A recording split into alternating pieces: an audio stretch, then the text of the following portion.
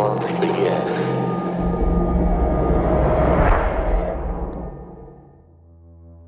Hi, I'm Lil. And I'm Fitz. And you're listening to Knock Once for Yes. January, the Monday of months. Christmas is over, the lights and the tinsel are packed away in a cold dark attic space, and the house seems oddly empty without its festive trappings. Aside from our Antipodean listeners who keep reminding us that they're suffering through a heatwave, the days are fresh and the nights still dark and chill. Bare spindly trees, howling winds, rain, sleet and snow are, however, the perfect setting for ghost stories. So dim the lights and make yourself comfortable for another Knock Once for Yes. So Lil, what have we got coming up this episode? Coming up, we have another ghost caught on camera and something a little bit weird on the paranormal radar. We've got listener stories from Memo, Natalie and Wendy, and we get hands-on with some haunted objects when we sit down for a chat with Emma and Colin of Cambridgeshire Ghost Research.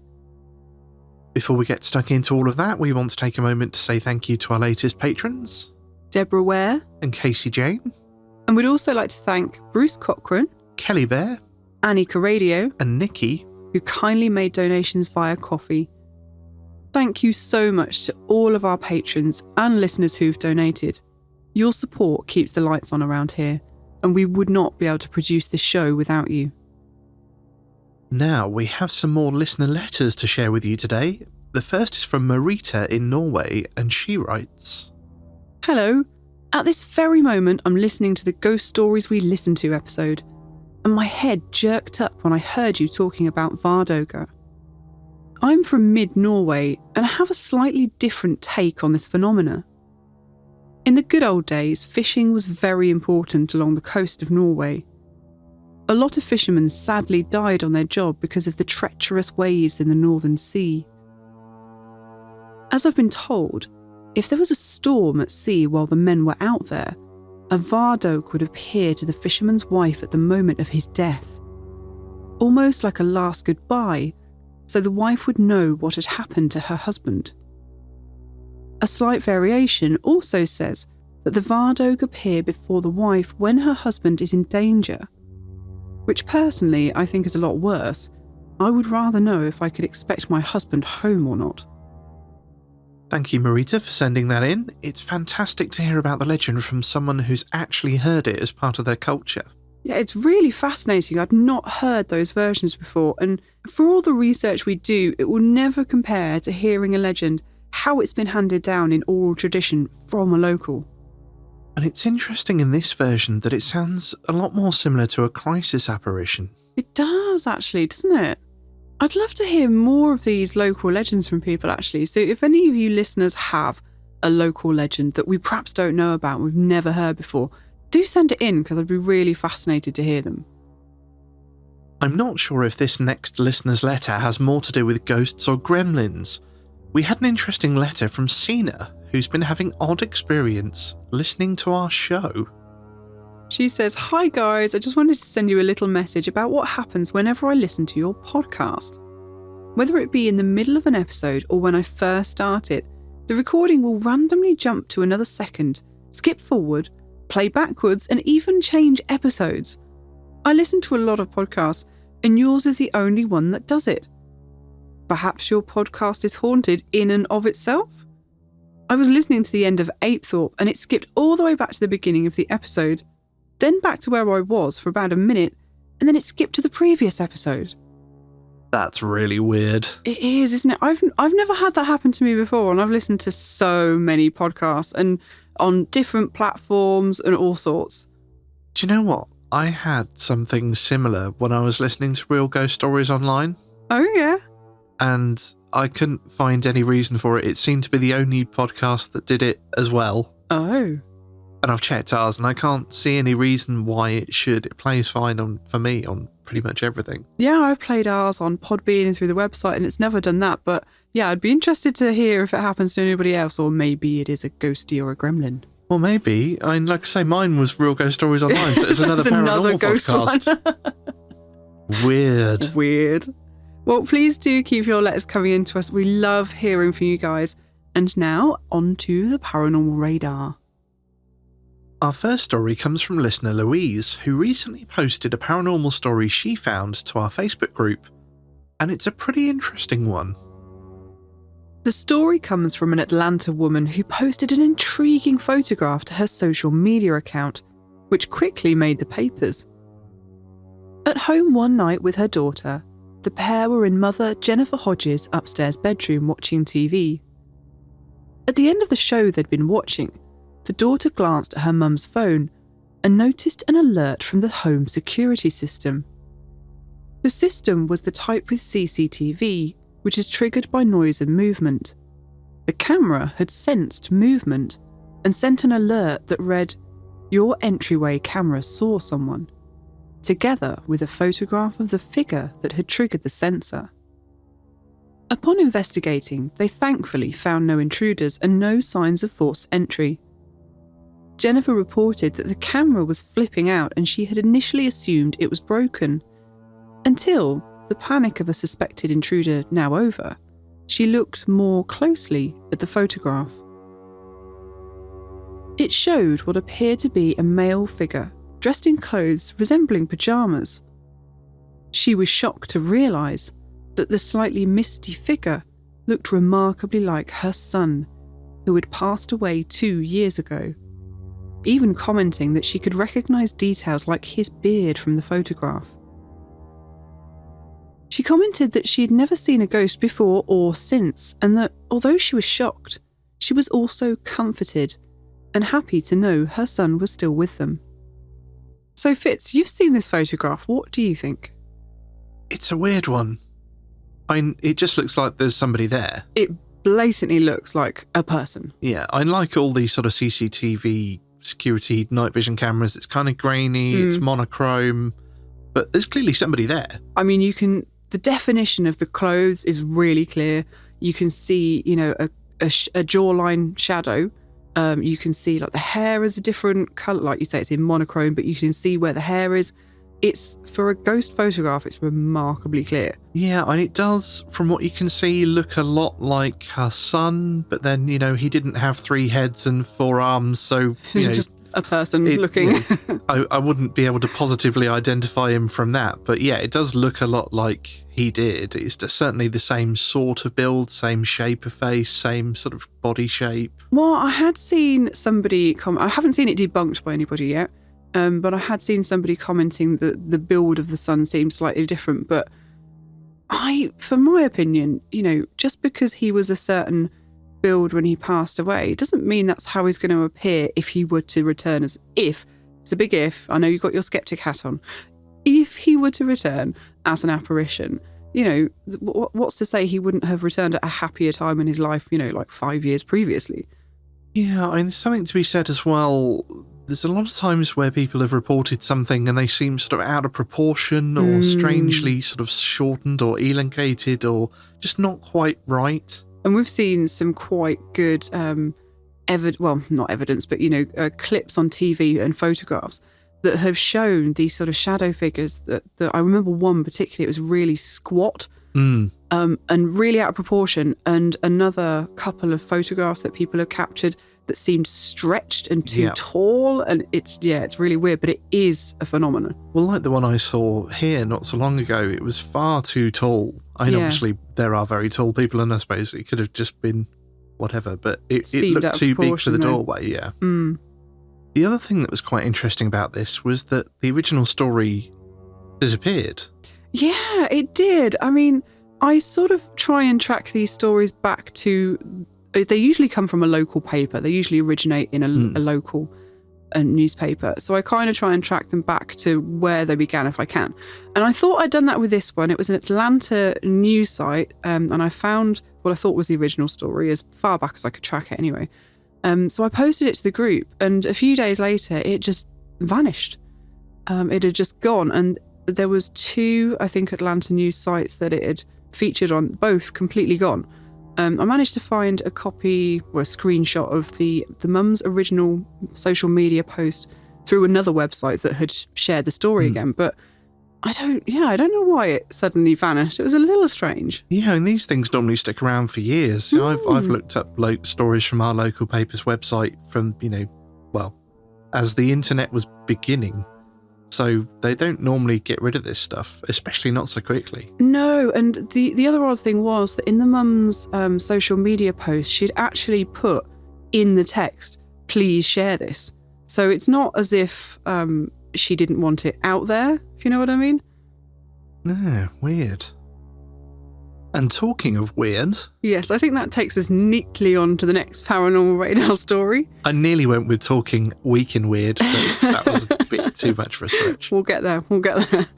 If you follow us on social media, you might have noticed that we recently posted a couple of promotional videos for a newly released paranormal documentary called Helier. It comes from the founders of the paranormal news website Week in Weird and curators of the Travelling Museum of the Paranormal and Occult, Greg and Dana Newkirk, whose work you may have heard us talk about before. Now, I'll just read you a bit of the blurb from the press release because I think it sums up the premise of the documentary quite well. In 2012, paranormal investigator Greg Newkirk was contacted by a frightened man named David, who claimed that small humanoid creatures were emerging from a long-abandoned mine shaft on his rural Kentucky property. After enduring a series of nightly assaults by the strange entities, David shared a collection of stunning photographs of three-toed footprints, and even the creatures themselves. Then, David disappeared. In the years that followed, the case only became stranger for Newkirk and his wife Dana, as they fielded more emails from mysterious figures and tracked down historical leads from Appalachian locals. Then, in 2017, prompted by an impossible synchronicity, director Carl Pfeiffer and fellow investigator Connor Randall rendezvoused with Greg and Dana to unravel the dangling threads of the mystery once and for all. They travel into the shadows of the Appalachian Mountains to the source of it all, where a dwindling town named Helier buries its secrets in the ancient caverns deep beneath the earth. Now, this is a bit outside our usual remit, being as we ordinarily deal with the ghostly side of the paranormal, whilst this case crosses over into the realms of cryptozoology and even UFOs. So you might wonder why we're so excited about it. And partly that's simply because we're big fans of the Travelling Museum of Paranormal and Occult and their work, but we, especially Fitz, have had a long interest in this bizarre case. I have. I won't go into too much detail, but it begins with the case of the Hopkinsville Goblins, and this is a case that's really stood out in my mind since I was a child. In essence, a family in Kentucky was subject to repeated assaults, which is perhaps too strong a term, but basically groups of small bipedal creatures with what appeared to be metallic skin, large ears and large glowing eyes approached their house and were looking in doors and windows, climbing over the roof and generally unsettling the family. Being understandably afraid, the family began shooting at these goblins with seemingly little effect. This occurred in waves several times that night, and it really is a fascinating case. If you'd like to know more, a quick Google search for the Hopkinsville or Kentucky Goblins will provide a much more detailed account of the event and subsequent investigation. I don't know about you, but there is something so inherently creepy about that image of something just staring in at you through your window from the outside. Yeah, I just remember this cartoonish drawing of this sort of goblin sort of peeking down from the roof through the window. But yeah, it was just that it was really well told. I can't remember what book I've read it. I've seen it in so many things since. It's one of those really famous ones. But when I first read it as a child and seeing those drawings of the goblins at the doors and windows, and that it was told so well that you felt like, what would I do if I was trapped in a cabin and there was these weird things coming up to the doors and windows? I'd be terrified. And I mean, now I'm thinking about it, this particular case probably spawned so much of the kind of that horror movie, alien sort of imagery. It reminds me of that film Signs, that M. Night Shyamalan film Signs, where you've got these entities outside and you don't know what they are, and there's just this unseen presence that's so sinister. It's really weird. And the fact that they kept coming and kept coming. This was literally a whole night. And they'd, like I said, they'd come in waves, so they'd have a period of quiet. And they were shooting at these things, and there was like holes in the doors and windows. It wasn't something that... No, this was reported to the police, wasn't it? And if they'd made it up, they went the whole hog and started blowing the hell out of their house to look at these holes in the doors and windows and stuff. But anyway, we said we wouldn't get too deep into it. Fitz is getting a bit excited. I'm getting a bit excited. So this may all bring you back to wondering why the paranormal community at large, including us quite obviously, have got themselves so worked up about this documentary. Well, one of the things that drew me to the work of the Newkirks in the first place is the way that they seem to blur the lines between paranormal fields. The first time I came across them, I think it was in an interview on one of Jim Harrell's podcasts, but I clearly remember them talking about how they felt that people from the different branches of the paranormal world didn't really work together very much. Cryptozoologists didn't talk to ghost hunters didn't talk to ufologists, but they had found there seemed to be phenomena that overlapped all these different fields. Wouldn't it be wonderful, they mused, if we could all work together? How much more ground could be broken if we all shared techniques, tools, and information? Now, this struck me deeply, and it's honestly not something I'd really considered before. But to my mind, this is what they're trying to do with the documentary Helier. These guys have come from a ghost hunting background and are taking those skills, equipment, and experiments into the world of aliens and cryptozoology. It's very weird, it's very new, and it's very unfamiliar. I think it's going to be a bit of a Marmite documentary, to be honest. And for our non-UK listeners, Marmite is a yeast-based sandwich spread that famously divides opinion to the extreme. You either love it or you hate it. And I love it. Marmite. I love it too. Our Aussie friends might compare it to Vegemite. There's an argument as to which is best. I love them both. Yeah, I love them both. But I think these days we have comfortable grooves in which our paranormal shows sit. We all have our beloved ghost hunting shows, UFO shows, and cryptozoology shows, which for the most part tend to follow a well-trodden and familiar format. This, however, is none of those things, and at times it can feel a little uncomfortable for its lack of familiarity. It's beautifully shot. There's none of your grainy, cobbled-together infrared and CCTV footage here. It has a movie-like, almost dreamy quality to it, something you tend to see more in dramatisations, which of course it's not. But on the other hand, this isn't a show where our hosts swoop in on location to appear on camera for an hour, after the producers and crew have spent weeks doing the legworks and putting a story together. This show is the legwork, and the process of trying to put the story together, along with all the disappointments and dead ends that entails. And I loved it for that, and I felt it was authentic. But then the more sensational side of some of the paranormal shows doesn't really appeal to me anyway.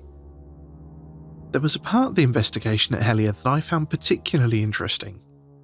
I'm sure most of you are aware of the use of spirit boxes in paranormal investigations, but for those of you that aren't, they basically sweep quickly through radio frequencies, and ghosts are said to be able to communicate somehow, either through manipulating the white noise between stations, or by affecting the snippets of radio stations, thus forming words, depending on who you talk to.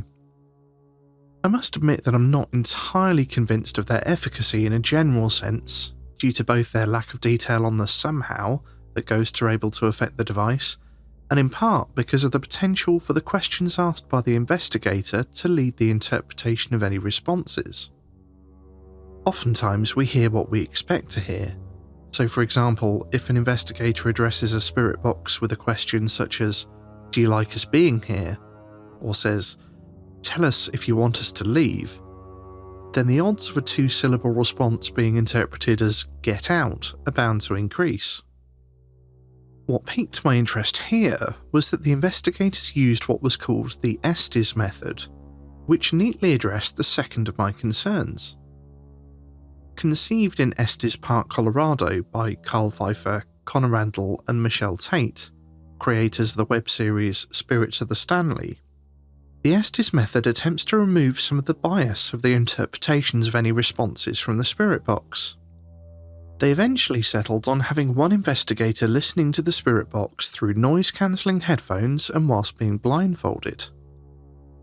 This was to prevent the investigator from hearing the questions asked, even through lip reading, or to see the reactions of the questioner.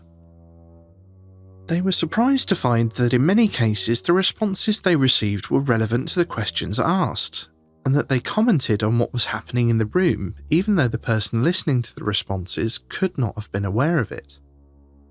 It impressed me that they didn't rest on their laurels and be content that whilst they seemed to be getting results, that there was no need to look for improvements or address potential concerns.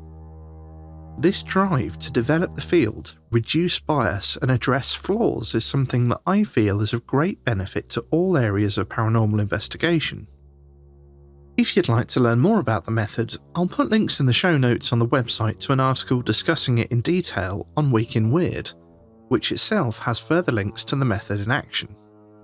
It is a fascinating experiment, and if we had a spirit box, it's something I'd like to try ourselves sometime.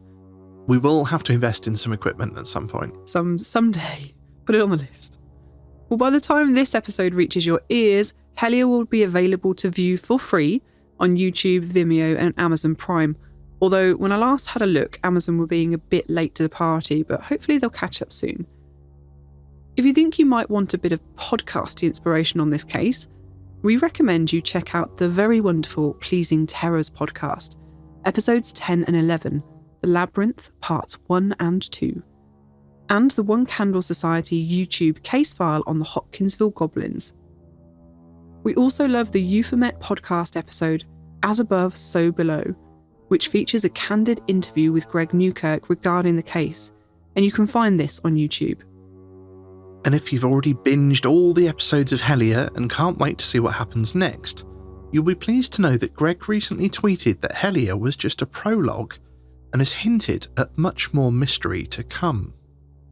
Well, I think that's enough goblins for today, and it's time for us to get back to the more ghostly side of the paranormal with some listeners' stories. Our first story today is from Natalie, who's been kind enough to share some of her experiences with us before. In a previous episode, she told us about her childhood home, but it seems that wasn't to be the end of her encounters with the paranormal. I now live in my partner's home, which is an older house, and I can tell you, this house is odd, and not because of the people who live here. The living room will go cold for no reason. We've even experienced this during a heat wave. My partner's mum has noticed it too, and will often exclaim that she's just gone cold, out of the blue while sitting watching TV. Even as I type this, I can hear the odd noise. I'm home alone with just the dog, and she sleeping next to me. I heard a noise in the kitchen a short while ago, almost the sound of a cupboard closing. I went to investigate, but found nothing out of place. But it's not the noises that bother me, it's what's happened recently that's turned me to wearing an eye mask in bed. My partner gets up early for work, usually about 6:30, whereas I don't make a habit of getting out of bed until after 7 a.m. My partner will stand in the doorway of the bedroom before saying goodbye. It's been our routine for almost a year. About 6 months ago, I was fiddling around on my phone. My partner had said goodbye and I was trying to get back to sleep. When out of the corner of my eye, I saw them. Or more accurately, I saw a figure in the doorway. I turned to talk to them, and they were gone. I just shrugged it off, thinking perhaps my mind was playing tricks on me. But it wasn't, and it happened again. I was lying in bed, my partner having already left for work, and I was slowly beginning to get back to sleep. I opened my eyes, and the figure was there. I sat bolt upright. It looked like an outline of a man. Just as suddenly, they were gone. Heart pounding, I got up, opened the curtains, looked in the corridor, went into the bathroom. My partner's mum was still snoring. I honestly thought there was someone in the house. And a third time, except this time I think I was asleep. I was lying there and I felt threatened. I could feel someone in the room, standing in front of the TV and watching me. I sat up and the room was dark. It happened again. This time I had my eye mask on. I was beginning to fall asleep and then I knew they were in the room. I was shaking. My mind was demanding I open my eyes, shouting at me, "There's someone in the room!" And I knew it was him. Adrenaline won, and I opened my eyes. There he was, at the foot of the bed. The same person. I grabbed my phone and turned back around, and it was gone. I have a torch next to the bed now. My partner thinks it's so I can find my way to the bathroom, but it's because that figure keeps coming back.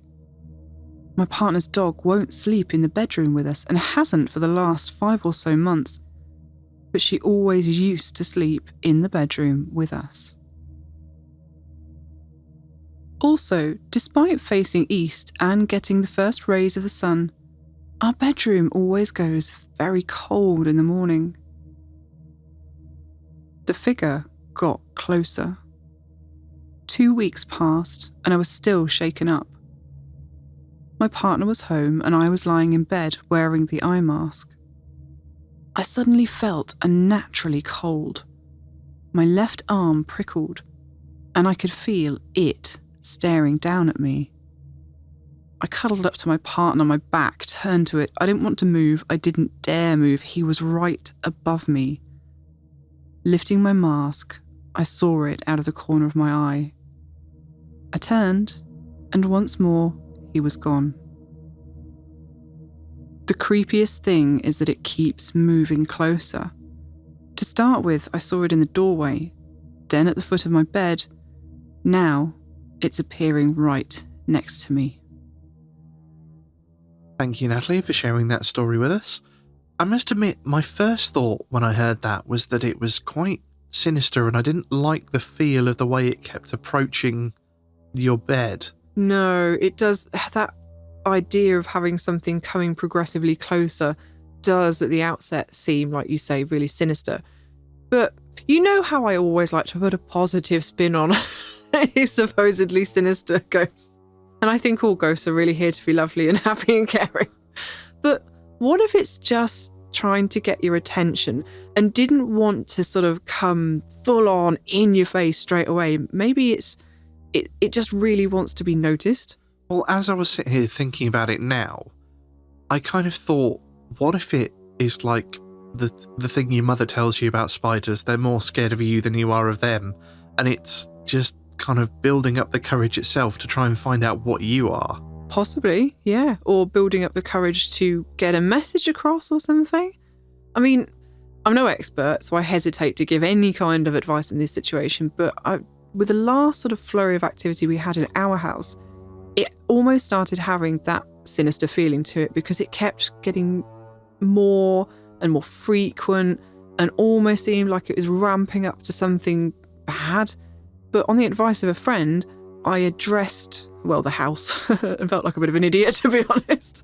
I said, "Hey, I know you're here, I acknowledge you." And it immediately stopped. And so what I thought was ramping up to be something possibly bad, almost maybe was more like a child having a temper tantrum and just going, "Notice me!" Yeah, it was weird that literally just pretty much stopped overnight. Just floored it. And sometimes we've had it where it sort of ramps up and calms down with the seasons, but this was almost like a switch. It was just on and off. It was. But like I say, I hesitate to give any advice because I am aware that some people say that you shouldn't acknowledge these things and it could make it worse. But it also reminded me of the haunted house we first moved in together, because that was it felt quite sinister. But I don't think anything, like nobody ever got hurt, or it was only seeing things and feeling things. But the sort of the looming over you presence was something that guest reported quite often. Yeah, I think several people staying over in the living room actually woke up to sort of see something looming over them, which is, yeah, I mean, there is no way to say that without it seeming like a negative thing. I was terrifying when it happened to you, but I don't think anyone was ever harmed or, had more than a sort of, No, a bit of a turn. It's not nice to wake up to. I hope things calm down for you, Natalie. Do keep us updated. Well, I think it's time for another story, and this one's from Memo. Growing up in the Central Valley of California, you often hear spooky stories of old mining towns that died once the gold had run out. My experiences, however, happened in a city by the name of Fresno. I grew up there up until I was 14 or so. As a child of 5 or 6, I remember living in a modest home with my mother, stepfather, sister, and 2 brothers. However, I'm thoroughly convinced there were a few others that called our house home. Through the entire time we resided in that particular home, I'd wake up at about 2:30 to 3 a.m. with a thirst that seemed so unquenchable that I had to get out of bed for a glass of water. Unfortunately for me, my bedroom was at the end of a hall that led to the kitchen. Before you entered the kitchen, we had an enormous fish tank that was always stocked with beautiful, brightly coloured fish. The fish, however, weren't why I dreaded getting out of bed. The 2 figures I'd see standing in front of the fish tank were.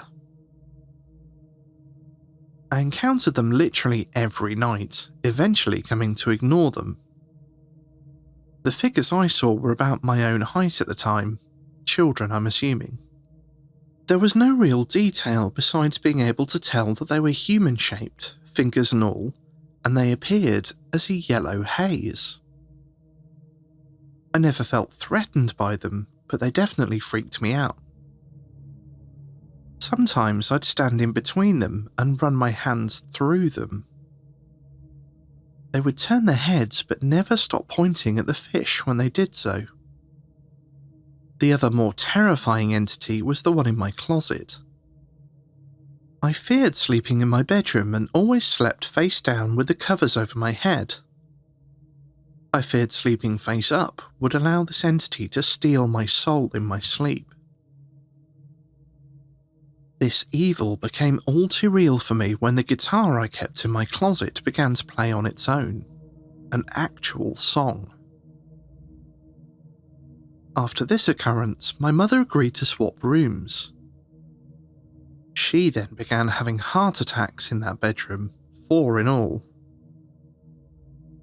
Claiming a black figure woke her from sleep, reaching into her chest as though there was nothing there to stop its hands from slipping through her skin. What finally made my mother believe something truly evil was in our home was when a beloved stuffed animal of mine began to start moving about the house. I'd loved it up until that point. However, once it began to move about, I could sense the same energy I felt in my closet everywhere in our home, as though it had found a vessel to travel in.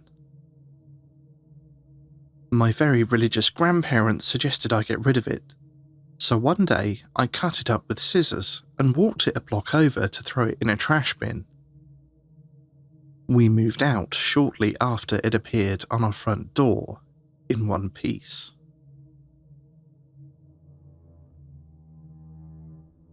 Thank you so much, Memo, for sharing your experiences with us, and I'm sorry you had to go through that. That must have been absolutely terrifying. It sounds horrific, and I think, well, we moved out of our house when things started getting not even as slightly bad as that. Oh, it was nowhere near as bad as that, and we were out of there.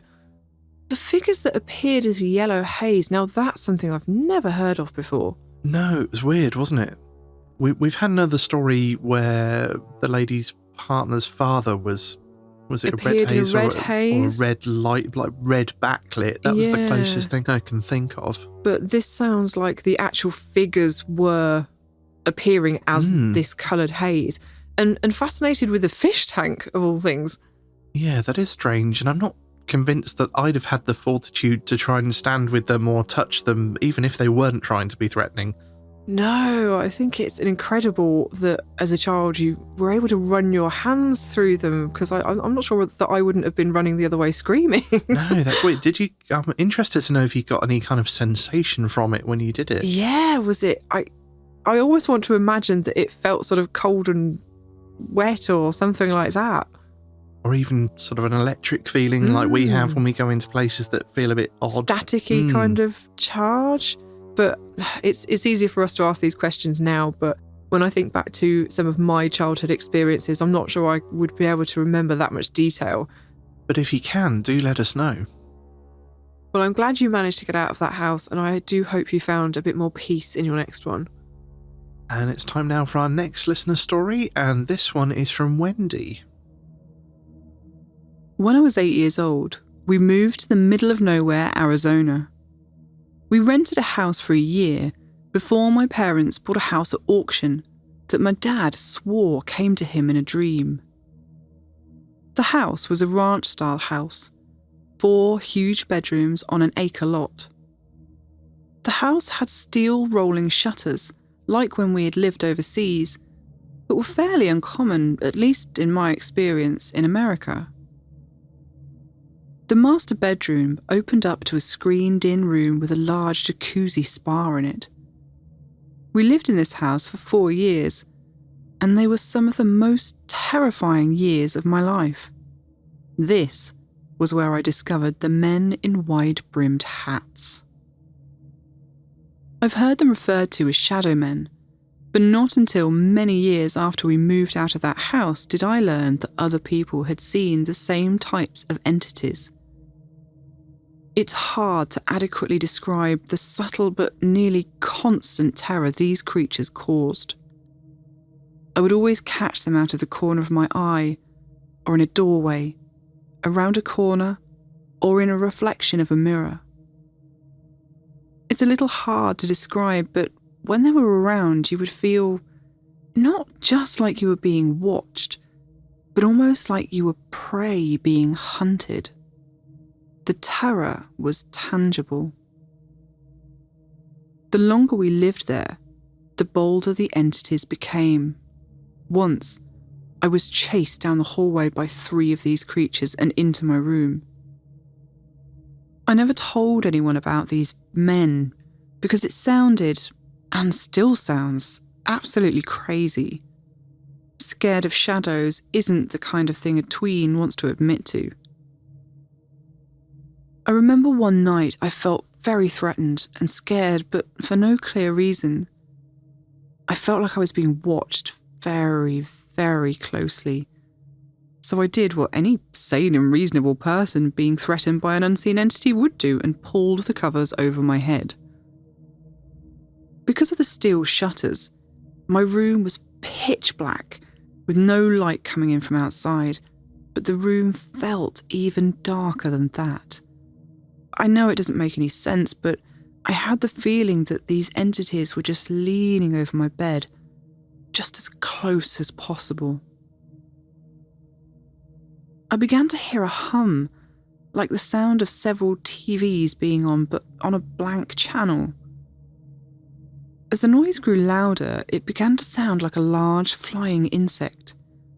But as I said, it was pitch dark and there was no way to check.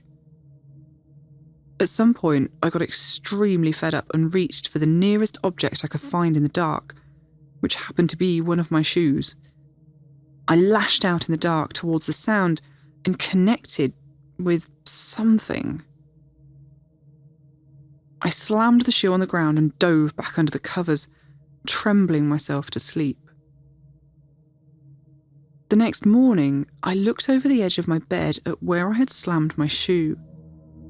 I wasn't sure what I expected to find, but when I moved it, underneath was a huge, shiny black wasp. I'd never seen a wasp like this before. All the wasps I knew were reddish orange or yellow.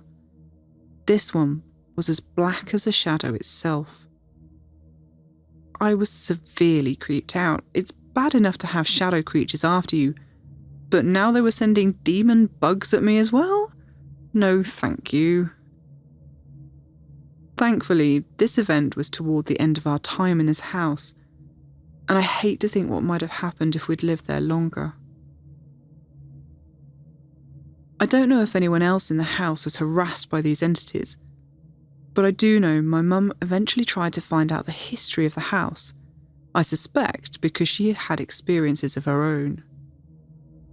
It turns out that this house was owned by a drug runner of some note. This might explain the 8-foot stone wall around the property and the out-of-place steel shutters. Tragedy was part and parcel for the house as well. The teenage son overdosed on heroin in my bedroom, and the wife committed suicide in the jacuzzi. Logically, I know shadow people threatening a preteen sounds crazy, but when we moved across the country 4 years later, the black-hatted men didn't follow us, and we had 3 years of relative peace. Thank you, Wendy, for sharing that story with us. I must say, all the stories today have been pretty darn chilling. They really have, haven't they? And the Hat Man. Now, this is becoming quite a big thing. These people seeing not just shadow figures, but shadow figures in these wide-brimmed hats. Yeah, I'm hearing more and more about it. I'm going to have to do some research on it, because I first just passed it off as somebody, perhaps one of these shadow people that had a hat, but they're getting more and more common. And the fact that a lot of people don't tend to wear hats nowadays makes it all the more strange. Well, from what I really don't know enough about it, and it's popping up so often now, I think we need to look into it a bit further. Because like you, when I first started hearing them, I thought, well, it's just part of the costume. But it seems as though there is something intrinsically different about the experiences people are having when they see these hat men. Something that is different and other to just shadow people experiences. Yeah. Obviously, shadow people experiences are terrifying enough in their own right, but there seems to be something different about these. And just having a really, really quick look on the Googles, there is actually something called the Hat Man Project. So there's a whole website dedicated to researching this specific phenomena and collecting stories from people who've encountered the Hat Man. Oh, well, that sounds like a good place to start investigating. But this is very similar to Natalie's story as well, with the leaning over the bed and the oppressive feeling. Now, for some reason, the hum is ringing a bell, but I just can't place it. I can't remember where I've heard someone else talk about that before. No, but I'm with you, and it is kind of ringing a bell, and I do feel like this is another phenomenon that is common, and we perhaps need to look into this kind of almost an audible build-up.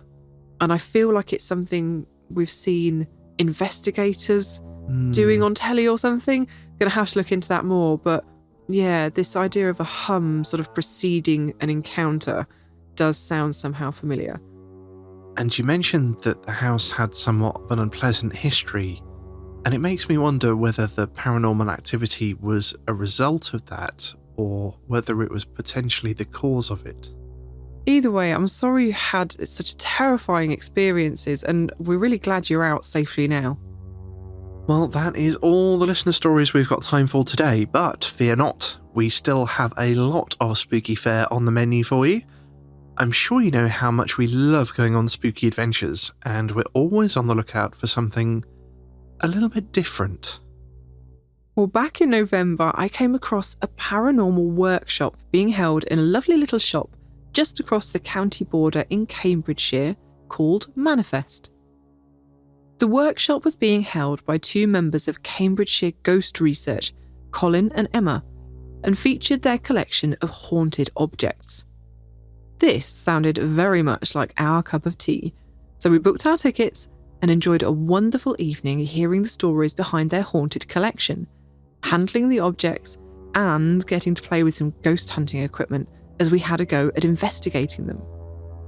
In fact, we enjoyed it so much, we decided we'd invite Colin and Emma and their haunted collection over to Coffee HQ for an interview, and we're delighted to bring you that interview now. As is so often the case, we found so much to talk about and had such a good time we talked for hours.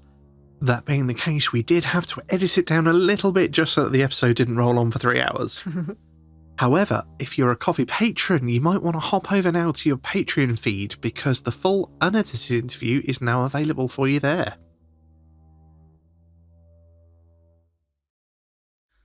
Back in early November, we went on a spooky adventure to St Ives in Cambridgeshire, where a wonderful shop called Manifest was hosting an evening with Colin and Emma of the Cambridgeshire Ghost Research Team and their collection of haunted objects.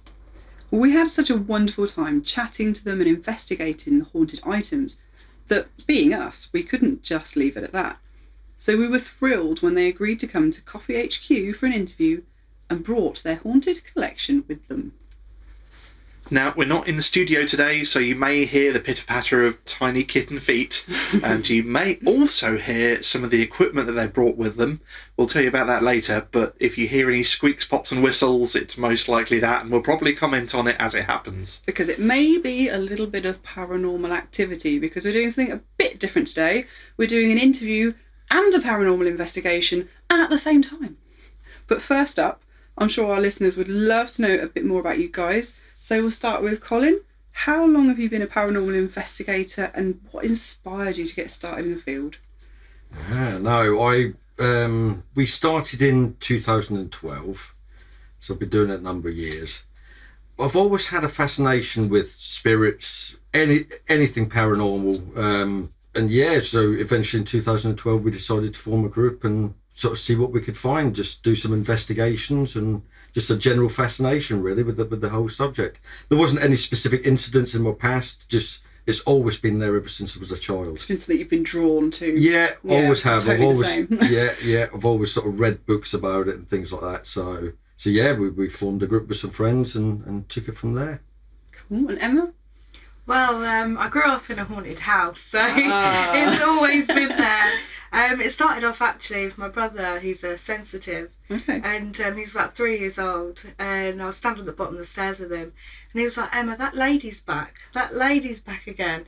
And I'm like, oh no, it's nothing, Jamie, it's nothing. She's standing there, but she's got no face. And he would often see her. Got the chills. Yeah, and I've managed to see her only once in the house, which was. Do you still live there now? Yeah, I still live there now. Oh wow. Yeah, and the lady's still there. Mm-hmm.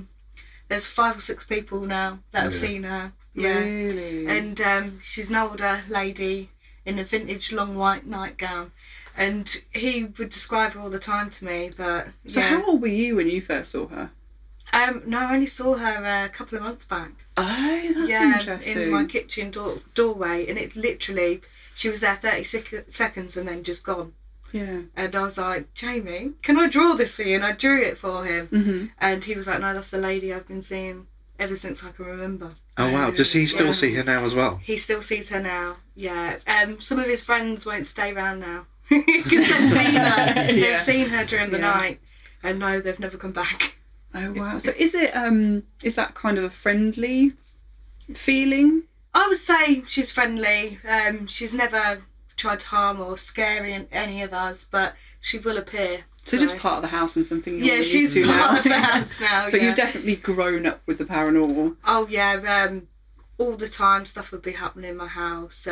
Stuff we couldn't explain, like loud bangs, knocks, and things flying across the living room floor. So. Yeah. I'm not surprised you decided to become a paranormal investigator. Oh yeah, definitely. So you guys have done investigated some pretty interesting locations. Have either of you got a favourite? Or if not a favourite, then a most active?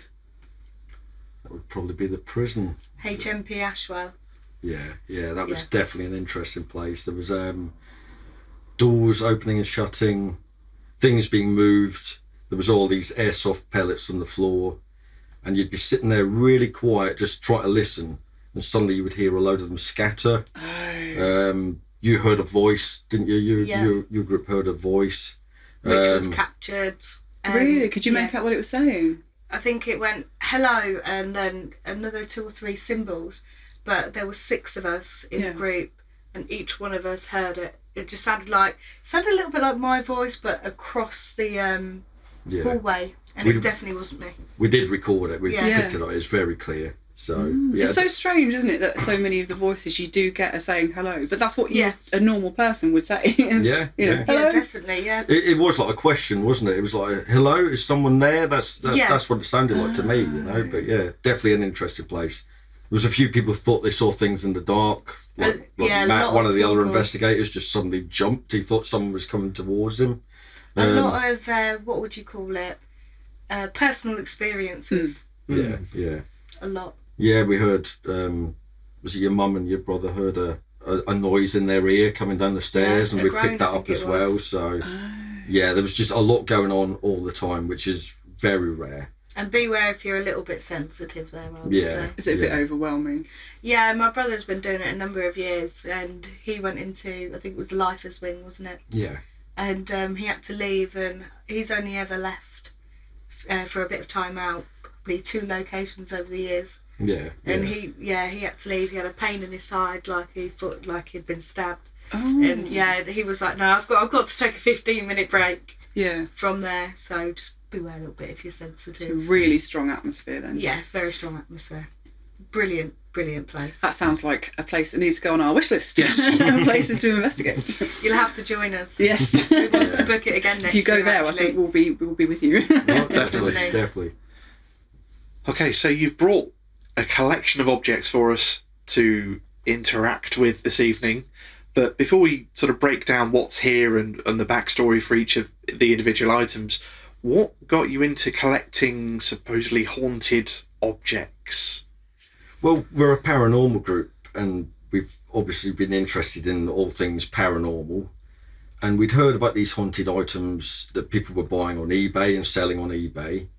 And I thought it would be an interesting experiment for the group to study it.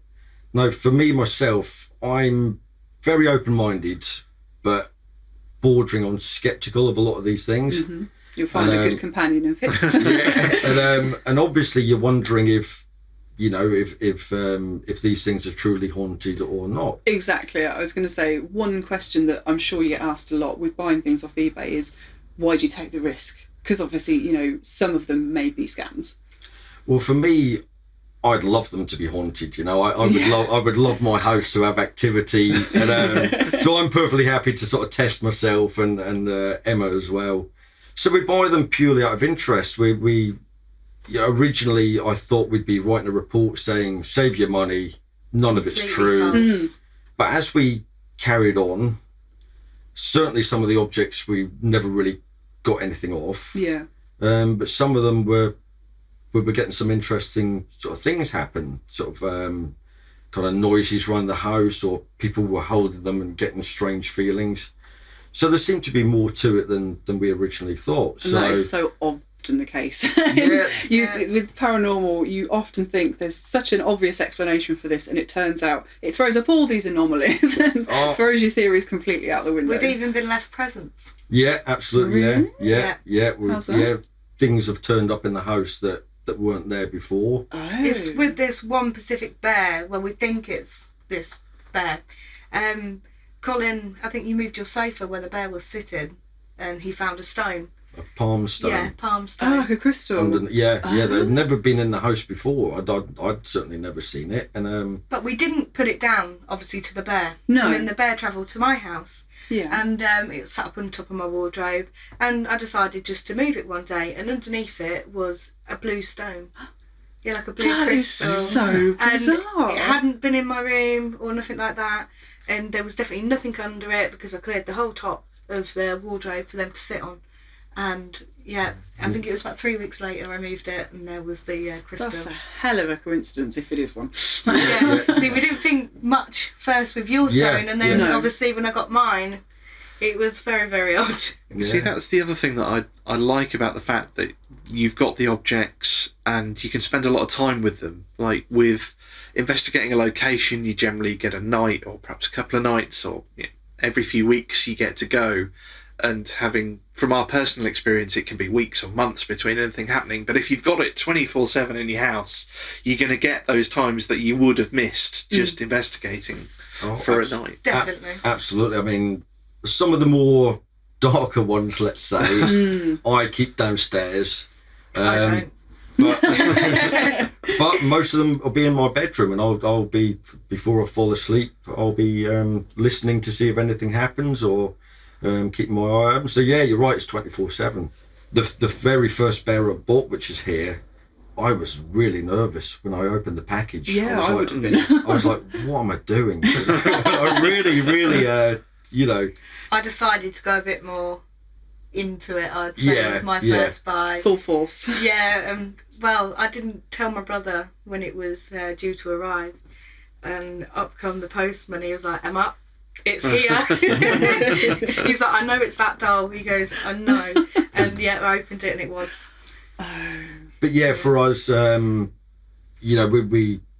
interested in the items that've got testable claims. So some people will say it moves, or there's noises, or people get touched. So they're the ones we're interested in. And some of them actually come with evidence as well, which is brilliant. So you can almost test against that as well. That's a good point, actually. I hadn't really thought of that. But yeah, it does make it a really good basis for an experiment, because you've already got like a list of things that supposedly happen, so you can directly test each one of those. That's really interesting. Yeah. Have you got any sort of tips or pointers or warnings for people that might want to start their own haunted object collection? Start off easy, so look for the more friendly ones that might give you a smell. Or a little voice, something to wean you in. Yeah. Because you don't want something that you don't know what you're doing with in your home. Because obviously we've got one item which stirred a lot up in my house, and if that was the first one I brought, which we'll go into that later, we would have been been in a bit too deep there. Especially for people that don't know what they're doing themselves. Yeah, usually you'll find in the description it will say good spirit or evil spirit, or good for beginners or not for beginners. But it's for anyone interested, it's just worth even having a look on eBay, Etsy. eBay.com has a massive section of haunted items, and some of them do look interesting, and some you're drawn to. You have to do it for a little while, but eventually you kind of spot the ones that you think are more authentic than others, let's say. You just learn how to spot it. And you can buy them as from 99p. Yeah, I suppose all the way up to hundreds. That's the other thing. It's not, if you're only spending a small amount of money on it, it's not too much of a gamble if it doesn't turn out to be haunted. Yeah. But there's also, the other thing I find quite interesting is that you might find an object has a lot of activity around it in one person's house because of the environment, possibly, or because of the person or collection of people. And you might move it to a different location, then find nothing happens. Or you might find the opposite, you might find more happens. Oh no, we completely agree with that, because we regularly rotate the items between our houses. Oh, okay. Yeah, because they always seem to be more active when you first buy them. And then after a period of 6 months, they seem to go quiet. So we like to keep swapping and changing them to keep the activity going. So it might be that move into a different environment that's sort of sparked the activity, and then it just kind of gets used to you. We definitely think that. Absolutely, we found that with our first workshop at Manifest in St Ives. We took quite a lot of the objects, and we had a very interesting night. Equipment was going off, people were sensing things whenever they held some of the objects. But they've been in my house for months, and I haven't had anything for a little while. So for us as investigators, it's interesting taking them to a new environment with new people and seeing what they pick up. Definitely. It was really interesting when we were there, just being able to handle the items and seeing what vibe we got off them almost. There was one item, it's not here tonight, but it was a metal case with an inscription on the inside. And we all of us there had a very similar odd experience with it, where if you put your hands inside the box, it felt like there was warm air inside the box, but the box itself, like the underside of it, the metal, the sides, the top, felt really, really cold. But it was interesting because we passed it down the line of people and they all experienced the same thing. Yeah. And you did as well, actually, didn't you? Yeah, I think everybody there felt the same thing. It was strange. It wasn't sort of focused. It was just, like you say, inside just felt warmer than the outside of the box. But the box itself was completely cold to the touch. It's very strange. Very strange. So what was the first item you bought? The first item I bought was the trigger object bear, which is the one with the bow tie in the middle of the table. Okay, so it's a stuffed bear with a very smart checkered bow tie. So it wasn't actually bought as a haunted item, interesting enough, because I wasn't quite prepared to go that far yet, because I really didn't know what to expect. And that one was used as a trigger object in the Trans-Allegheny Lunatic Asylum in America. Oh. And they stated it had been moved from one room to another, apparently the room of a 14-year-old child. So I thought, well, I'll try that one. So it's been moved, there's been some spiritual activity around it, but it's not a vessel or, you know, a claim to be... It's been affected by spirit activity, but not necessarily carrying it. Yeah, but since... so that was the first one. And like I say, when I first opened the parcel, I was a nervous wreck. Mm-hmm. I was, what am I doing? You know. But after a while...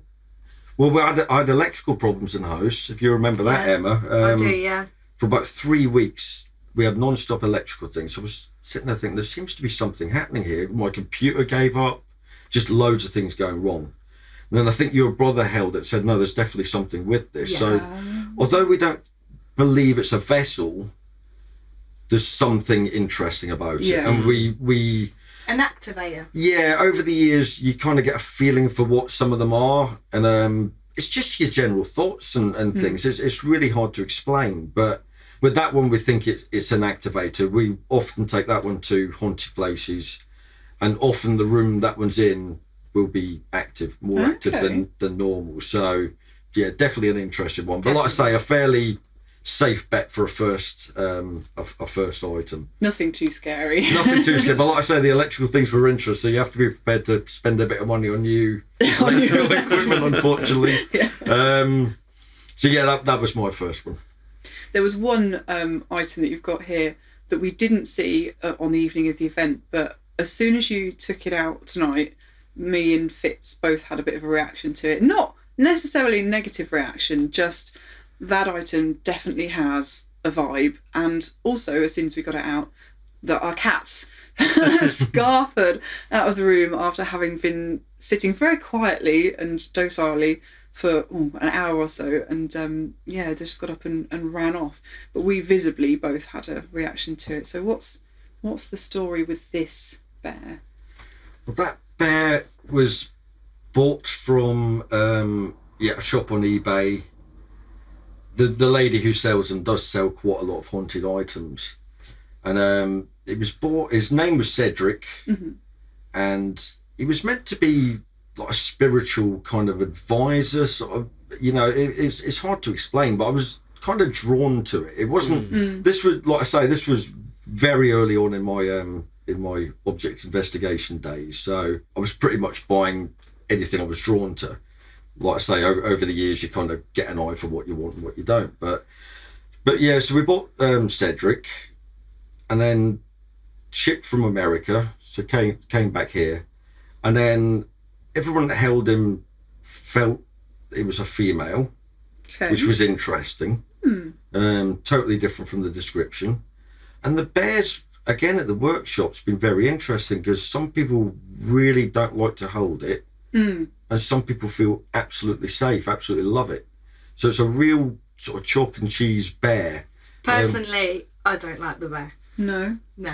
There's definitely a vibe off it. We actually did a Ouija board, which we don't often do, but occasionally we will give it a go. And it seemed like that bear came through. I don't know if you remember the... Yeah. So basically, we just started up the board, and we'd only been on the board for about 5 minutes, and we was asking if there was any haunted items that would like to speak with us, and off the glass moved to yes. So we started asking a few more questions. So I think we have dolls and bears at that point. I was like, is it a bear? And it went straight to yes. I was like, could you spell out the colour for us? And it's a red bear, and it's spelled out red. And so we kept on going with it, talking to it. and was like, can you try tell us your name? And it went to R-E-Z for Rez. And we carried on talking to it, and we was like, is that short for something? It said, yeah. And we carried on talking to it for a little while, and then it left us. And I think it was my brother who decided to hold the bear and was having a look. And on the ticket on the side of the bear, it says Rosetta. So yeah, Rosetta. So, but I never really liked the bear from day one. Whereas it lives in my bedroom quite happily. I've never had a fear of it, but like I say, at the workshop, some people seem to have a reaction. Well, I have held the bear, and I will do so again now. And whilst I can definitely feel there is an atmosphere, I'm not quite a vibe, I'm not really sure what the word is. It's not, I don't feel like it's a negative one. No, it just, when you took it out of the bag, it just, we've talked before about when we've gone to sort of haunted locations and some of the feelings we have. It was just that.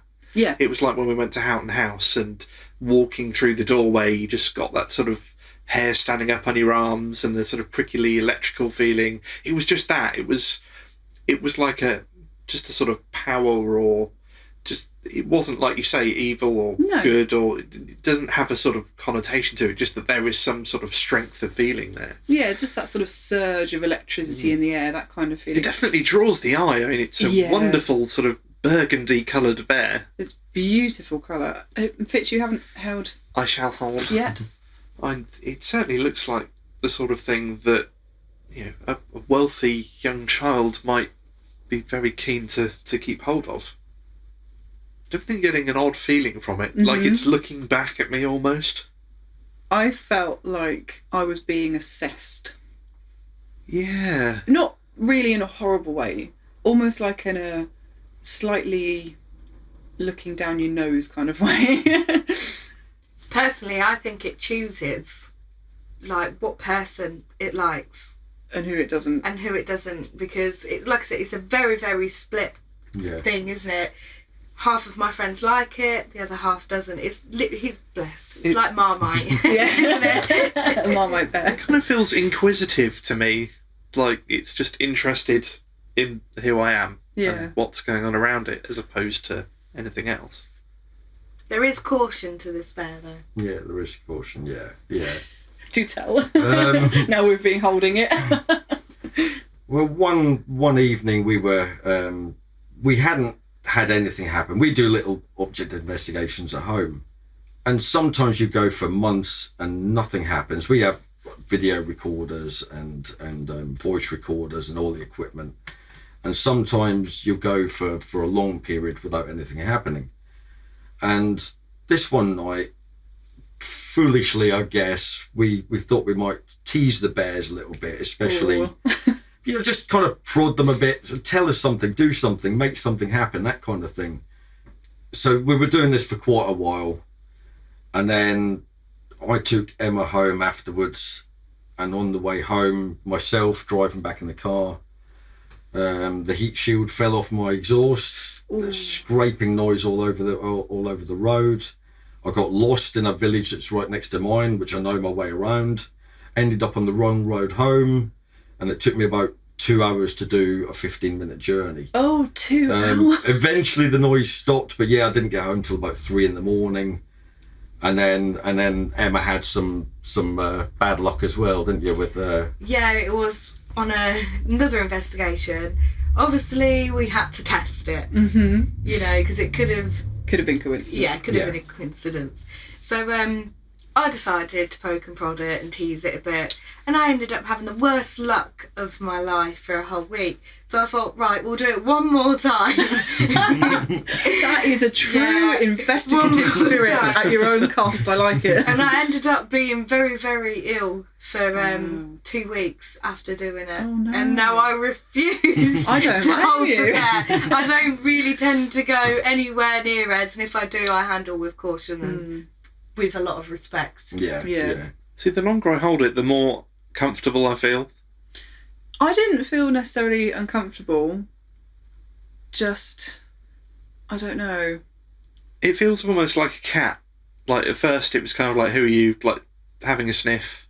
Who are you? What do you want? Yeah, some and now people it just gives generally a warming feeling, and then But some people really don't like Instant it at all. desire. yeah, you know? instant.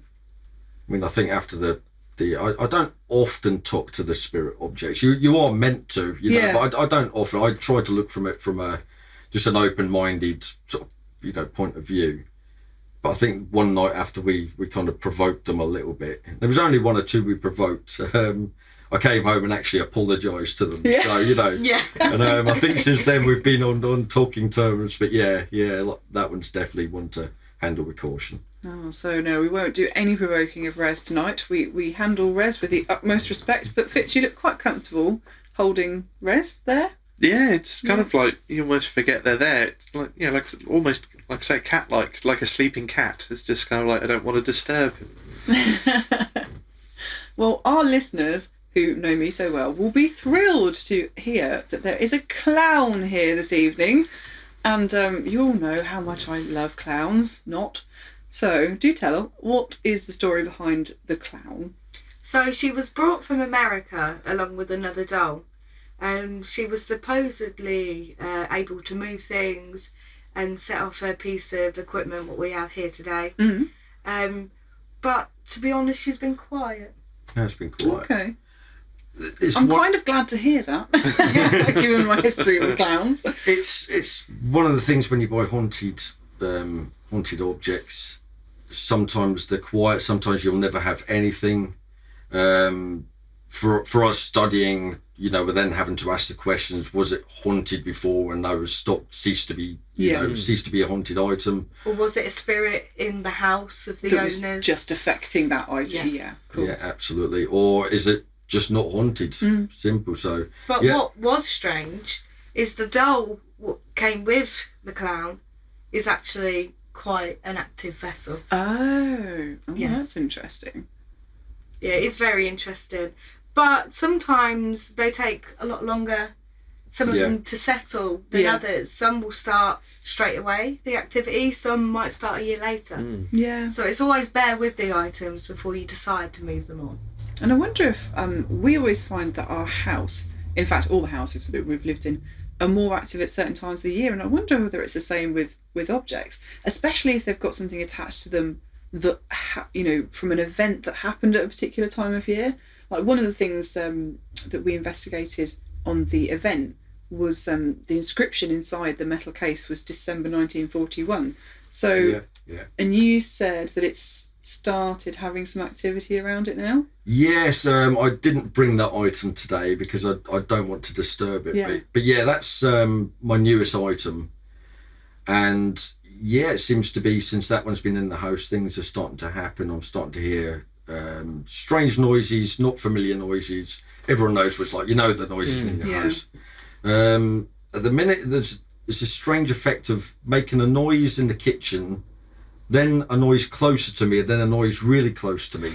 Oh. Which I've never experienced with any of the other items. So coming towards you. Yes. So it can be a little bit disconcerting when you're sat at home watching TV.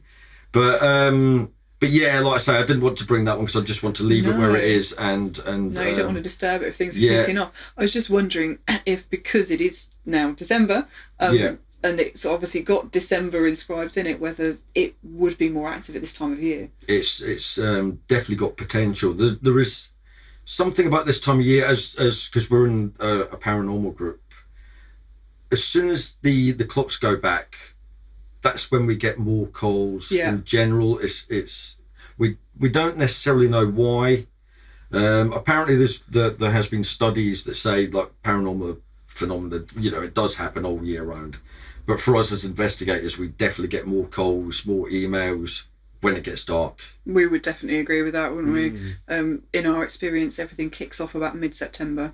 Yeah, as soon as it starts getting sort of dark earlier, then definitely a lot more. But not necessarily in the dark. No. It can happen during the day. It just, like you say, as soon as summer starts to dissipate, that's it. That's not to say there's not paranormal activity the rest of the year. Of course there is. It just seems to heighten. Very strange. For us, it's something we've noticed over 10 years of investigation. It always happens. And you're right, it's usually about September.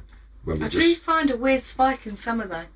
Yeah. Do you? In my house I do. Right. Yeah, midsummer, quite a lot will happen. Then it will go completely silent to when it starts to get dark, and So I wonder it all if starts kicking off again. I wonder if something happened in your house in summer then to make it spike. We've had a few mediums round in my house. Wherever I live, there's quite a lot in the garden as well, to be fair. It seems the whole street, a lot of people I speak to have paranormal happenings in their house, all down this one street. Yeah, on the back of me, there's a field, and it was a graveyard, and now it's linked to a school. And unfortunately, all of the bodies were removed, but they wasn't really removed with much respect. At all, unfortunately. And there's 3 of us, and we've seen stuff in our garden. All 3 of the neighbours, we've seen it. And the house, again, we noticed there was one spirit, probably does it once every couple of months. It walks from the kitchen through my dining room and then through to my next door neighbours. And it never communicates with us or nothing. You'll just see him go by. We've had phone calls from friends who live across the road going, "Oh, you seem like you're having an amazing time in your house, having a good dance." And we're like, "Excuse me, we're not there at the moment." Yeah. And they've gone, what? And they've gone round and checked the house, no one there. But because we leave the lights on. And yeah, they said it was almost like a spirit was dancing in our house. And that was midsummer. So for my house, it seems to kick off midsummer and then around December time. That's so strange. But then having a disturbed burial ground at the back of the house, I'm not really surprised that there's obviously a lot going on in that street. It was also a walkway for the monks to reach the church. Oh, okay. So they did take that route. And also it was an orchard. So we did do a lot of research. Yeah. But the mediums that have been to our house said there's multiple spirits there. Some residual, which is a spirit that doesn't really communicate with you. It'll just do its daily replay. Yeah. And then we have a few other spirits that are intelligent. Yeah. And we definitely know about them. Yeah, well, it sounds like you've got a lot of history and different layers of stuff going on in that area. So, Definitely. I'm not surprised there's a lot going on there. Well, we've talked a lot about the bears and the clown, but what about these rather scary looking boxes you've brought with you today? Which one first? Well, you decide. Well, talk about the large Dybbuk box. For fans of horror movies, there's been quite a lot of movies about Dybbuk boxes of late, which is the Jewish name for a spirit. There was one particular case in America, a very famous Dybbuk box that when it was opened, and they're not meant to be opened. They're sealed normally with wax. Okay. Yeah. It's meant to be a spirit, usually an evil spirit trapped inside, sealed with wax. So it And I can see that this box is covered in wax visibly. Yeah. So in this case in America, this gentleman gave it to his mother as a present, and when she opened it, all bad things happened. And it's a very famous story. You can kind of read about it. If you look up Dybbuk boxes, it's the main one. So I thought I'd buy a Dybbuk box. As you do. I thought, well, I'll give this a try. Unfortunately, with this one, as I was opening, it came from America. As I was opening the package and taking the box out, I'd noticed it was already opened. Oh no. So yeah, there was immediate fear. I know how bad these things can be. And I was like, oh, what have I done? I really, really thought something bad was going to happen. Interestingly, people that hold the box do pick up things. It is opened. I'm not too sure if the Dybbuk ever made it to my house or whether it's in a postal van somewhere in the USA or the UK or on a plane somewhere. There's a disgruntled customs officer with an angry ghost. I was going to say there's probably some customs official that's like, what happened to my life? Yeah, so it's very hard to say. There is a book inside though. Most Dybbuk boxes seem to have things inside them. And there is a book inside. And again, people seem to have a reaction when they see it or hold it. And you were telling a story tonight, weren't you, Emma, about someone's about dreams and that book. Oh yeah, a friend of mine messaged me and said, I keep seeing you handing over a red book, and it's really, really old, and it's got black writing on it. And it was quite funny actually, because I've been holding the book that night at Manifest when we'd done the paranormal workshop, and I said, I know exactly what you're on about. Oh, that's so strange. And he did say proceed with caution. Yeah. He hadn't got a clue that it was from a divot box or anything like that. He just said, it keeps coming to me. Just the book that's Just inside the box. But I've always said to Colin, it's not the box, it's the book. Yeah. Book is an odd thing to seal inside a box. So have you, when you actually got it out of the packaging, did you have stuff start happening, or? To be honest, it was fairly quiet. People get more of a reaction holding the book. Right. I genuinely can't say I noticed anything that much different, which makes me suspect that if there was a Dybbuk in it in the first place, that's somewhere else. So if you're listening tonight and you have a haunted postal van, please contact us. I genuinely, Dybbuk back. although I was terrified, I'd quite happily, just from a personal interest point of view, would love to have a Dybbuk go around the house. Something that I can document and try and capture evidence on camera. But to be honest, it's been very quiet. But people definitely have a reaction to that book. It's a strange old children's book, probably over 100 years old. 1800s. Really strange little stories inside it. It's just genuinely odd. But well, I think we might have to just open the box up now and maybe try reading a bit from the book, because we have got all this equipment set up here, so we can see if anything happens. I will read a bit on air. Here's the book is very odd looking. It does look maybe like a Victorian, that kind of era book, and it's called Mother Truth's Melodies. So it's obviously a children's book. There are some children depicted on the front cover, but there's also a more sort of sinister overtone to it. Some of the imagery on the front cover is quite scary looking. There seems to be some disembodied heads that almost look like they're impaled. It's just got a bit of an odd feel to it. But I'm going to have a look inside and just sort of see which page catches my eye. Okay, so the page it just fell open at is part way through something called Castle Wonderful. So I'll just read that to you now. "'Tis in the duodendum now, where it is mixed with bile, and with the pancreatic juice which changes it to chyle. This chyle flows on, and all that's fit for nourishment and growth is taken up by lacteals or tubes with many a mouth. These lead to the thoracic duct, which holds a spoonful large, and from this duct a pipe proceeds through which it may discharge." This is really weird and not at all like what you'd expect to find on a children's book. How very strange. Let's try another page. That seemed a bit grim. I think they're all quite like that. Okay. Let's try Little Moses. In the Talmud you will find it, in the quaint and curious lore of the ancient priests or rabbins whom the people bowed before. Find the story of an infant sitting on the kingly knee. Little Moses, Pharaoh calls him, crowing loud in baby glee. And the banqueters were cheering when the infant with a spring reached and caught the crown that rested upon the Pharaoh's head as king. Caught the crown and quickly placed it on his own unwitting head, but the king and all his princes in the deed and meaning read.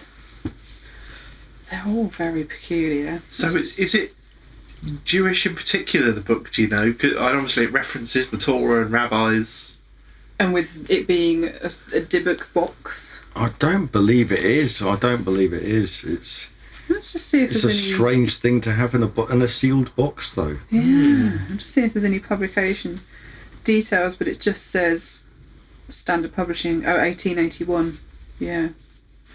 Well, I think I'll pop this back in the box for now. Do you want to have a hold and look at it? I'll have a quick look while we carry on. Now, there was one thing that I wanted to mention, because one of our listeners a while ago was talking about being concerned about accidentally buying a Dybbuk box, and obviously not wanting to run the risk of having that in their home. Now, one of the things he mentioned was that when he bought it, it was, well, before it was opened by whoever it was that opened it, it would have been sealed with wax. So is that something that's common generally to Dybbuk boxes, that they're wax sealed? Is that something that they should look out for if they're concerned? Yeah, absolutely. They're nearly always sealed, and candle wax is usually the giveaway. So certainly the ones I've seen for sale on the internet are always sealed. So there you go. I think we have our answer. If you're antique shopping and you're worried about accidentally buying a Dybbuk box, avoid anything that's covered in candle wax. And it is quite visible. I can see on this one it does look like, it's definitely got visible poured wax over the top, so that's actually a warning sign.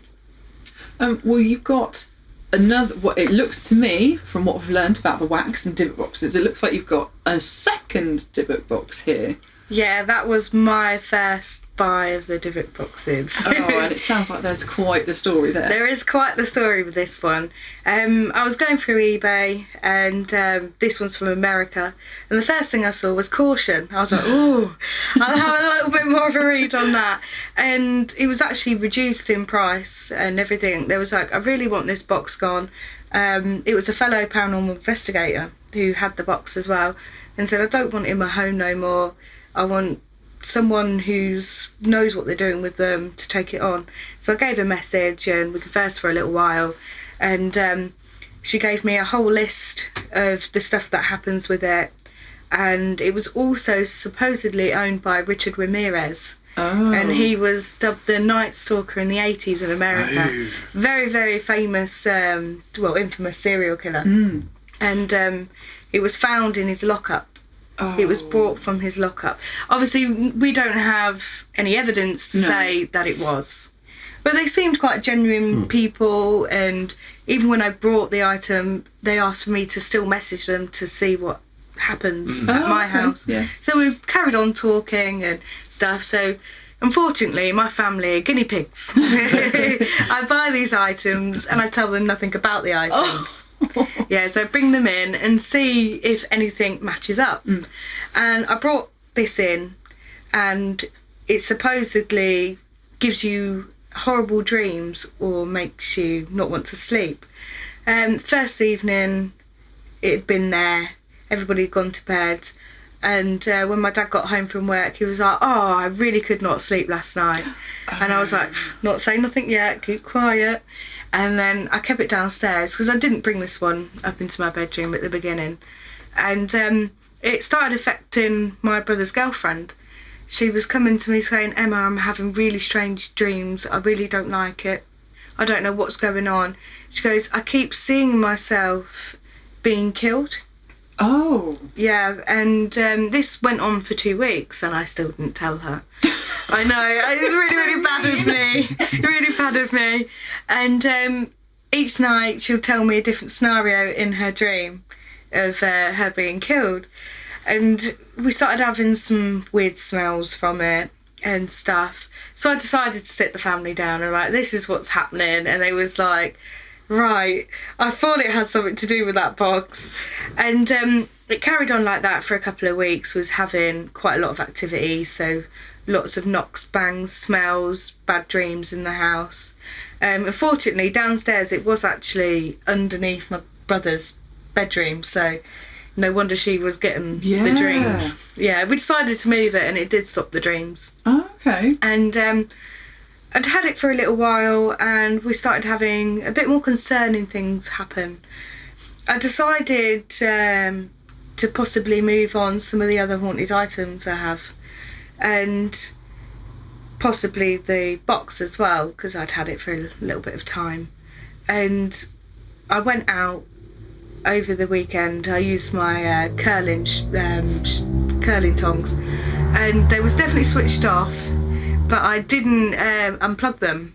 But you physically have to flip it up for them to turn on.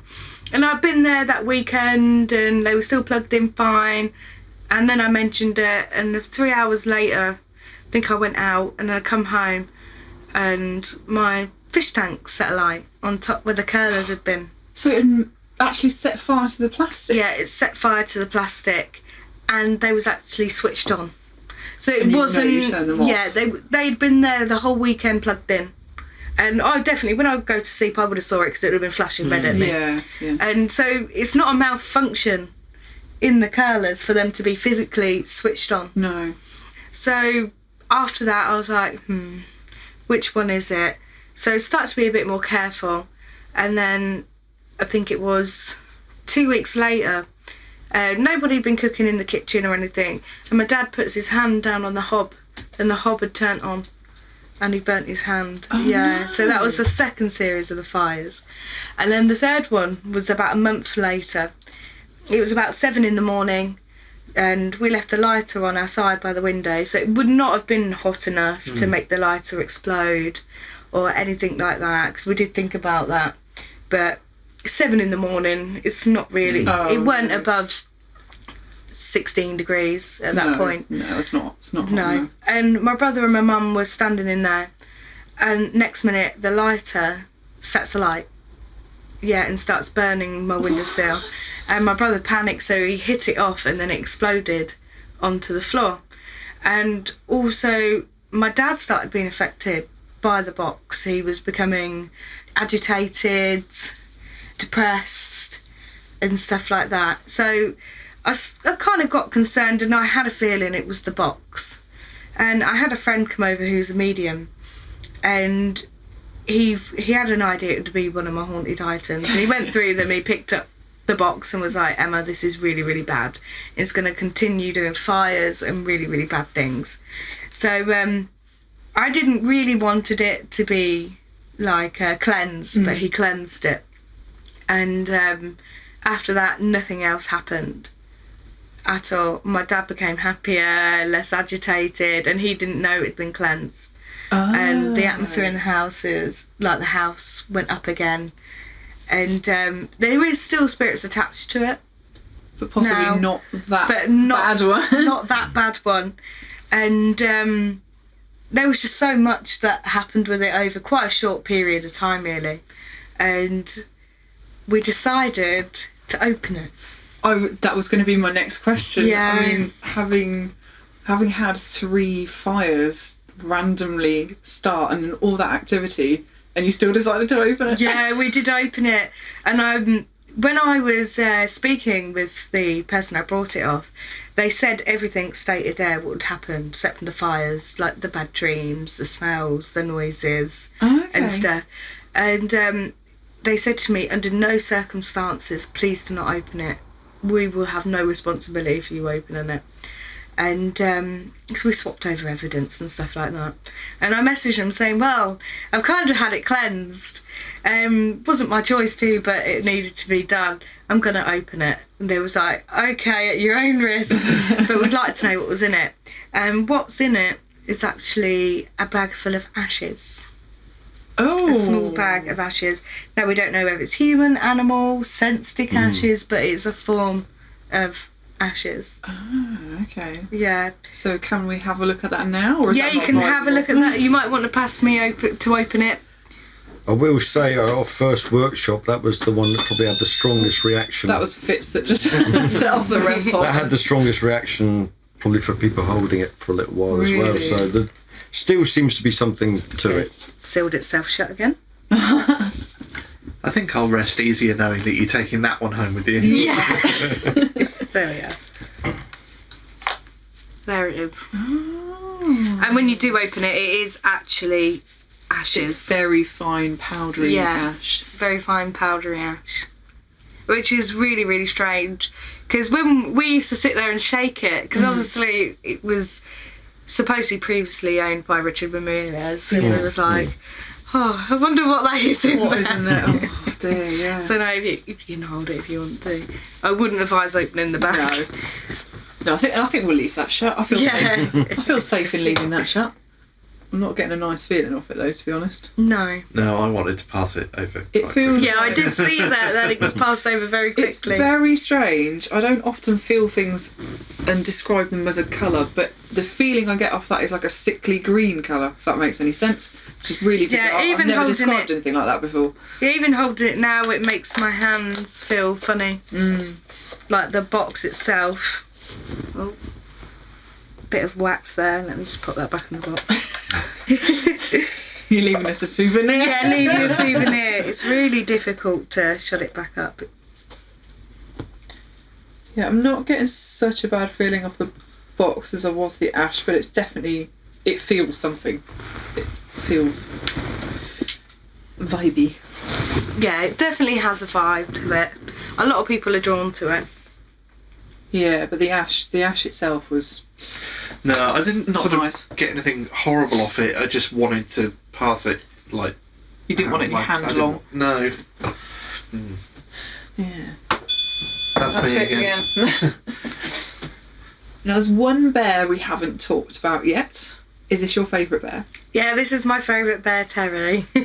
I'll probably have him in my collection for the rest of my life, I think. I don't know, I've got very much of a soft spot for this one. Well, on the description, he was a young boy, Terry, in the Victorian times, and he died in a car accident. And I brought him because I thought, it sounds like a nice little object to have. So I brought him, and he was K2 ready. The minute I opened the box, he was setting off all the devices. So obviously he's a child, he's very, very active. He's very, very naughty, I'd say. He likes to get involved in other people's conversations with the devices. He'll take over. But he's very, very sweet and loving, and everybody holds him and they just want to keep on cuddling him. And he's a very, very sweet object to have. So just a nice, sort of gentle, friendly... Yeah. Spirit. So anybody who's a first time buyer, that's the sort of stuff you want to be looking out for. So are you willing to take on more haunted objects? If anybody out there listening has a haunted objects that they want investigating or they want gone, would you be up for taking that on? By all means, yeah. Yeah, 100%. Yeah. We'll be happy to investigate them for them and hand them back with a report of what we think. But we also buy haunted items as well, so if there's something they don't want, we'll definitely be interested. And if anybody did want to get in touch, what's the best way of getting hold of you guys? Yeah, we're on Facebook at Cambridgeshire Ghost Research, and we are on Instagram, but the links will be shown. Yeah, we'll put links on the website so that you can get direct access to the Instagram, and we'll link through to the Facebook as well if you want to look them up. And if you Google Cambridgeshire Ghost Research, we'll be on there as well, so yeah. Cool. And on that note, I think we're probably going to have to wind it up for the evening. So, Colin and Emma, thank you very much for joining us. It was lovely for you to come out and share your equipment and your items with us. No, thank you very much for having us. It was an absolute pleasure to do this. Yeah, no problem. Thank you very much. And we'll have to check in with you in the future to see what other tales you've got to tell us about your haunted items and what new objects you've got. Definitely. And hopefully we'll be able to join you for an investigation in future as well. 100%. Thank you very much, guys. Thank you. Thank you. So thank you again to Colin and Emma of Cambridgeshire Ghost Research for joining us at Coffee HQ. We had a wonderful time, and as we said in the interview, we'll be putting some links in the show notes so you can find out some more about them. Now, as we mentioned, we were running some ghost hunting equipment while we were doing the interview. We wanted to do a little bit of an experiment and do an interview/investigation. Of course, we were hoping that we'd catch some EVPs or something fascinating on the audio, and unfortunately, as is so often the case with these investigations, that didn't happen. We did, however, have some interesting experiences, and we did go on to do a sort of a mini investigation after the interview. So Colin and Emma were kind enough to let us play with some of their ghost hunting equipment. During the interview, we had a REM pod running. Yep, you'll have heard that go off a couple of times when it sort of beeped and I was like, oh, that's me. Yeah, basically, if you haven't seen them on the ghost hunting shows, if you get too close to it, it will sort of alarm and make a noise. Yep, as well as that, they had the K2 meters running. I think it sort of flashed a couple of times, but we didn't get any major hits from that either, unfortunately. We then had a go with the spirit box, which we actually talked about earlier in the programme. And an ovulus. Now, the ovulus is basically an electronic dictionary, and it's triggered to say words when there are changes in the environment around the box, such as the electromagnetic field. Now, personally, I have my issues as to whether the words that are spoken are particularly relevant. I don't see how anything that's affecting it could possibly choose a word. I can see how something might affect the environment that would trigger it. But not necessarily to put the intent behind it to get a specific word out of it. Yes. Now, Colin and Emma were saying that they've been investigating these items before. They tend to get the same words with the same items time after time after time. And in fact, we did experience this, which is really interesting because they had warned us that this did happen. And it was really amazing when these specific words did start coming through with these boxes. Yeah, and again, you might think if you're in the same environment, yes, you'll probably get the same triggers again, but this was Coffee HQ. This is a completely new environment for the stuff they brought and their equipment. Yeah. So, interesting. We had a great time having a go with all this equipment, but as I'm sure every paranormal investigator knows, 90% of the time, not a lot really happens, and for the most part, that was the case on this evening. Having said that, one thing that we did have a lot of was equipment failures. Yes, we've got a recorder that we use for sort of field recordings and things like that, and it's a great bit of kit. It's got a detachable battery, but normally this lasts for a weekend of heavy use. Yeah, we have literally been away sort of over a weekend and used it every day, and it's lasted the whole time with no charging. This time, fully charged before we started the interview. We had to charge it about 3 or 4 times throughout the interview. It just kept discharging. That is absolutely not normal, and we haven't been able to find any problem with it since either. This has only happened in this situation and never again. So strange. Also, it failed to record one of the microphones. Which again, we've never had a problem with this before. This is a pretty bomb-proof bit of kit and we've used it so many times. Yeah, it's normally rock solid, but this time just problem after problem after problem. It was literally like something was sucking the battery out of it. It was so weird. Now, the other thing that happened was that we think Fitz may have had a run-in with one of the haunted objects. And we thought we'd take some photos of the objects on the table. We'd sort of set them up on so you guys could see what they looked like. Now, me being me and getting used to being around haunted objects by this stage, I actually talked to the objects before I started taking photographs and basically said, "Oh, hi, I hope you don't mind if I take your picture. Please don't be afraid. I, come to you with greatest respect. I just want to show our fans what you look like." And nothing happened. Fitz did not do that. He just started taking photographs. And then what happened? It felt like someone had stabbed me in the kneecap. It was really painful. And if this had just been sort of one of those nerve jolts, I wouldn't have thought so much of it, but it just went on, didn't it? It didn't stop for a while. It was a few minutes, and I struggle with my knees normally, but I can usually find a position where it stops hurting. But this was just it was just quite suddenly onset, very painful, and wouldn't stop. Couldn't find a comfy position to sit in. And what made it stop in the end? I apologised to the items, and it slowly faded away. Mm-hmm. Have we learnt a lesson? We've got an experiment to try if we do it again. Yeah, you can try that experiment. I'm going to ask permission again. So talking of experiments, the only teeny tiny little bit of audio we might have caught is a little experiment we did where basically we all left the house for a while and decided to leave the equipment on its own with a digital voice recorder on the table and just see what happened. Mainly all we heard was the ovilus going off by itself a couple of times, which actually is quite creepy when you're just listening to silence and then this little ovilus voice just setting off by itself. But we did also get just a couple of knocks which seemed out of place because, like I say, we were all outside at this point, and we couldn't really figure out any reason for these knocks. We'll just play you the clip now, but they're quite faint.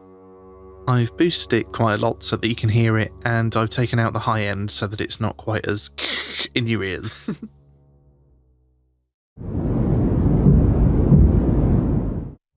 We couldn't really think of anything at the time that might have caused it. It was a very strange one. We'll play it again just so you can hear it once more. And those weren't the only strange bangs we heard that night. No, well, it had been pretty quiet all night, really, and we were just giving the spirit box a go before we were sort of thinking about packing up, to be honest. So we'd asked a few questions and we weren't really getting any intelligent responses, but then all of a sudden we heard a heavy banging going on upstairs.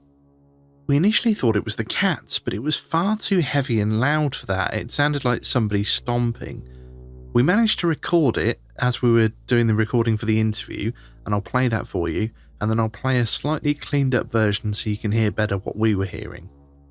So in this clip, you can hear the noise of the spirit box sweeping different radio frequencies and me asking a question over the top. And then underneath, you can hear this banging.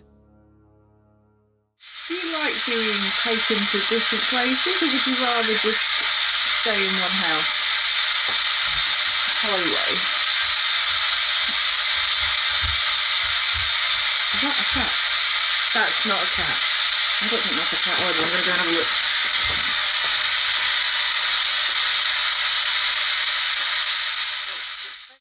I've taken out as much noise as I can here so you can hear better what we were hearing at the time.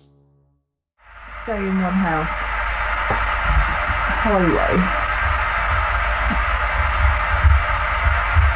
Is that a cat? That's not a cat.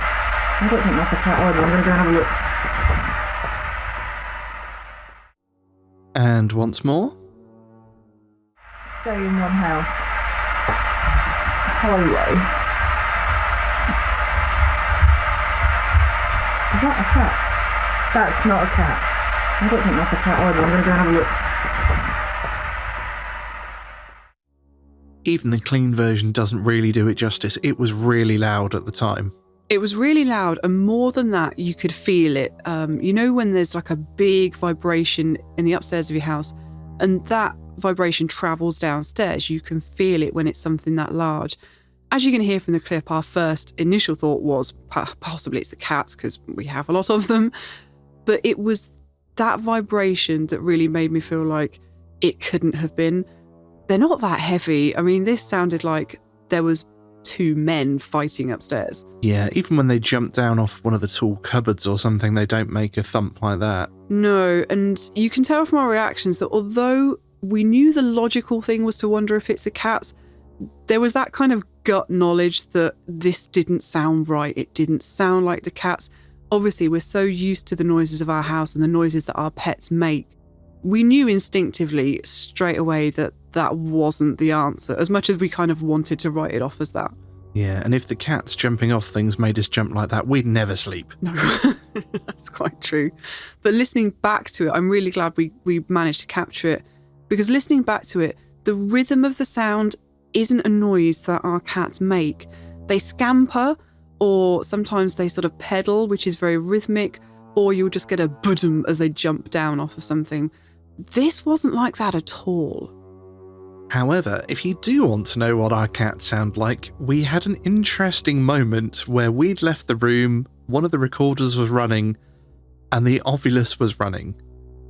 And one of our cats decided to have a chat with it. I'm not sure whether to start with, it actually sounded a little bit creepy, but it's just so hilarious. We had to share it with you.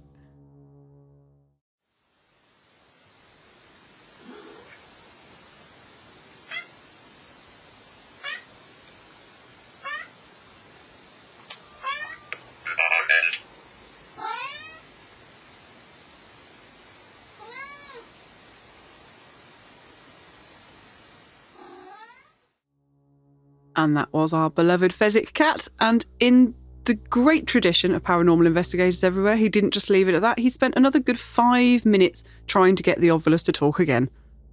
But sadly, to no avail. And that, I'm afraid, is all we've got time for this episode. We'd just like to thank everybody that sent in stories for us. If you've got a paranormal story you'd like to share, please do get in touch at knockonceforyes.com. We do love hearing from you, whether it's paranormal stories or just to get in touch with a quick anecdote or just for a chat. We're very grateful to Colin and Emma of Cambridgeshire Ghost Research for that fantastic interview. and we do hope you enjoyed it. But for now, that's all from us, and we hope you'll join us next episode. EVP session end.